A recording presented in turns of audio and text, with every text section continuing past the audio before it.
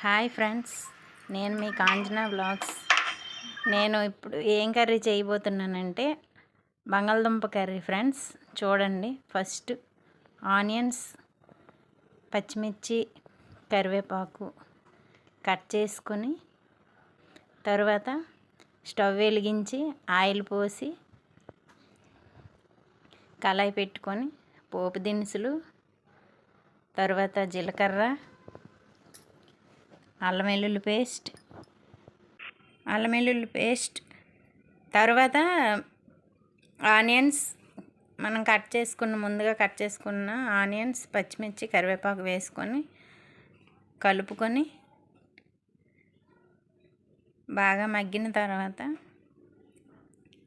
కొంచెం సాల్ట్ వేసుకోవాలి ఫ్రెండ్స్. అలాగైతే త్వరగా మగ్గుతాయి ఉల్లిపాయ ముక్కలు అనేవి. ముందుగా మనం కట్ చేసుకున్న బంగాళదుంప ముక్కలు పక్కన పెట్టుకున్నాం కదా, అదేమో వేసుకొని కలుపుకోవాలి ఫ్రెండ్స్. బాగా కలుపుకున్న తర్వాత కొంచెం పసుపు వేసుకొని మళ్ళీ కొంచెం కలుపుకోవాలి ఫ్రెండ్స్. బాగా కలుపుకొని మూత పెట్టుకోవాలి ఫ్రెండ్స్. మూత తీసి మళ్ళీ ఒకసారి కలుపుకున్న తర్వాత